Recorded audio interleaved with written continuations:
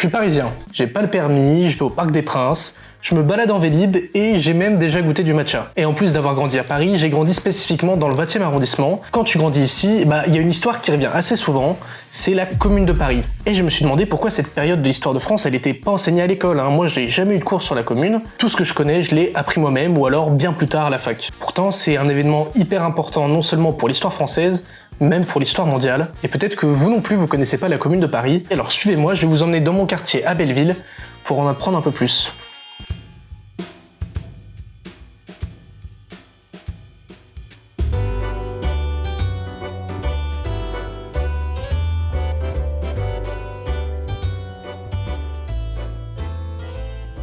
Bon alors la Commune de Paris c'est quoi? En 1870 il y a la guerre franco-prussienne avec Napoléon III qui est le chef de la France à ce moment-là. Sauf qu'il est fait capturer lors de la bataille de Sedan. Le gouvernement français décide de se rendre. Il y a une partie de la population française qui veut pas se rendre, c'est les Parisiens. Quand le gouvernement français vient reprendre les canons de la ville de Paris, les Parisiens refusent.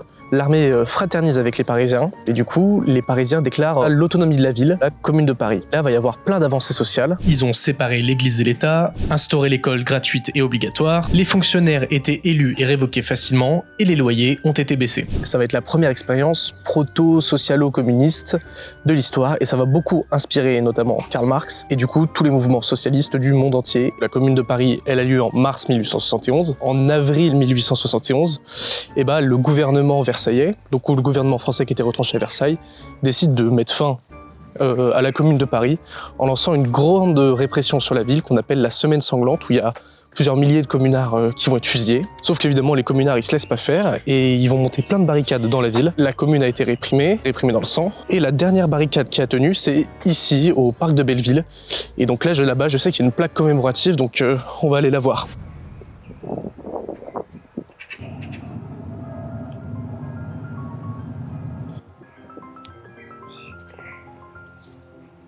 Il n'y a pas longtemps, il y a cette fresque qui a été faite justement en hommage à la commune. Comme vous pouvez voir, c'est une espèce de réinterprétation un peu plus moderne de la commune, avec notamment les CRS et tout, mais on a quand même des références anciennes. Vous avez le communard, Bismarck, du coup, qui dirigeait la Prusse. Vous avez ici Adolphe Thiers, qui était le dirigeant des Versaillais, donc qui a férocement réprimé la commune, et Louise Michel, une institutrice qui a eu énormément d'importance au cours de la commune, qui a ensuite été exilée en Nouvelle-Calédonie. Là, quand je regarde cette fresque, j'ai plein de questions qui me viennent. Et je me demande s'il n'y a pas des gens qui dédient leur temps pour transmettre cette mémoire, justement.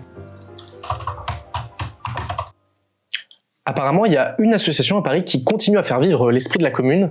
Ça s'appelle les Amis et Amies de la Commune de Paris. Et là, je viens de leur envoyer un mail et ils sont OK pour m'accueillir dans leur local et ensuite pour me faire un petit tour du quartier, là où il y a eu pas mal d'événements de la commune. Allez, on y va.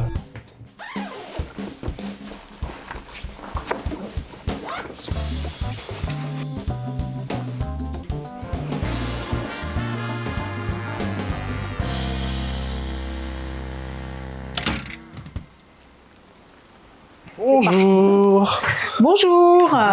Enchanté. Eux, c'est Sylvie et Jean-Louis. Sylvie. Et ils m'ont présenté leur association. C'est ceux qui étaient envoyés au bagne à l'issue de la commune, qui revenaient en France. Donc, ils ont été amenés à créer une espèce de fraternelle pour s'aider les uns les autres. La commune, elle est aussi connue partout dans le monde, en particulier chez les jeunes. C'est ça qui est absolument, moi, qui m'étonne à chaque fois, mais qui m'étonne très agréablement. Il y a peut-être aussi du fait que cette mémoire se transmette, c'est par l'étranger. Par exemple, le Rojava, les Kurdes, ils se réclament de la commune. Là-dedans, alors je sais pas, c'est pas ouvert, mais normalement, il y a... Normalement, non, c'est pas ouvert, c'est les livres rares. Les préciosités. Ouais. C'est le coffre-fort. Voilà, exactement. Ouais. Je sais qu'il y a 2 lettres de Louise Michel,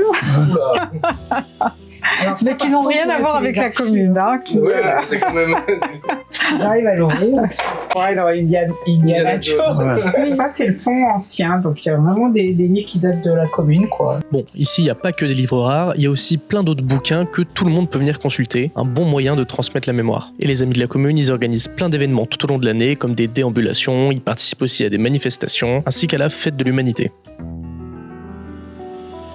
Ensuite, Sylvie et Jean-Louis, ils m'ont emmené faire un petit tour dans le quartier de l'Assaut, la butte aux Cailles. Il faut savoir qu'ici, il y a eu parmi les derniers combats de la commune de Paris. Alors, c'est une place un peu particulière, cette place de la commune, parce qu'il n'y a aucune adresse. Vous ne trouverez pas de 1 ou de 2 places de la commune, comme s'il fallait cette place reste encore dans l'ombre.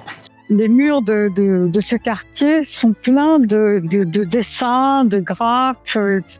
Et ça fait écho à la commune, puisque en 1871, au printemps 1871, les murs avaient la parole. Hein. C'était des affiches, c'était un peu autre chose, mais c'était aussi là que se créait la commune, sur les murs, on peut dire. On a suivi Jean-Louis qui nous a montré ça ressemblait à quoi la commune en 1871. Voilà, en gros, ça ressemblait à ça. Et ensuite, il nous a lu des déclarations des femmes qui ont participé à la commune. Ces dames, elles s'occupaient pas uniquement de tissu et de broderie. Hein. Alors il y a aussi le manifeste des femmes qui proclame « Aujourd'hui, toute conciliation serait une trahison. L'arbre de la liberté croît arrosé du sang de ses ennemis. » Voilà ce dont elles étaient capables.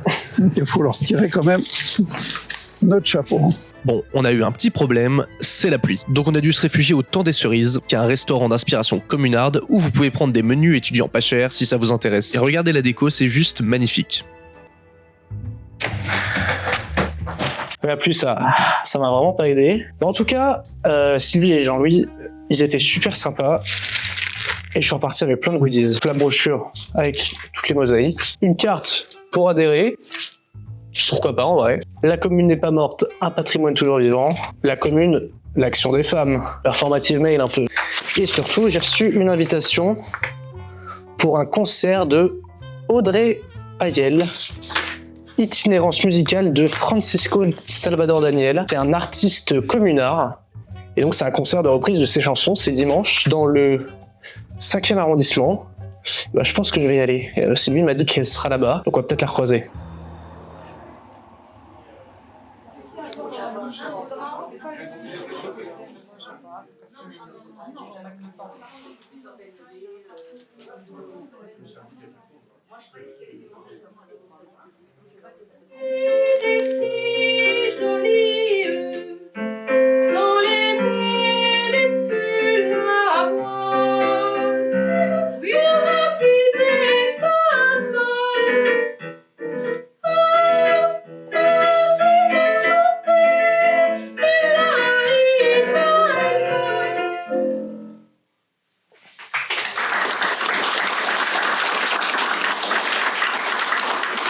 La commune, on pourrait dire que c'est un pan effacé de l'histoire de France, en tout cas de l'histoire officielle. Mais grâce à des gens comme Sylvie ou Jean-Louis, ou même juste des gens comme moi qui vont juste en manif et qui connaissent l'histoire et qui essaient de l'apprendre à d'autres personnes, cette mémoire, elle se perpétue.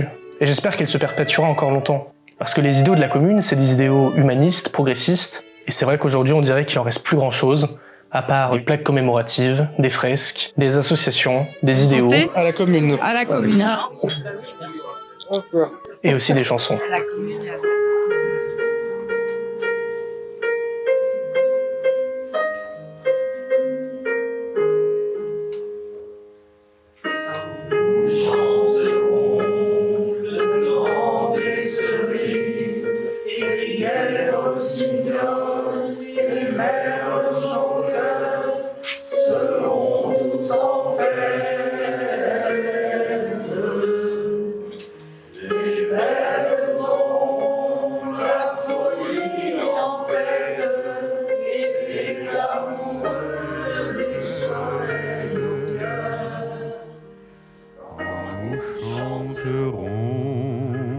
Le temps des cerises sifflera bien mieux, le merle moqueur.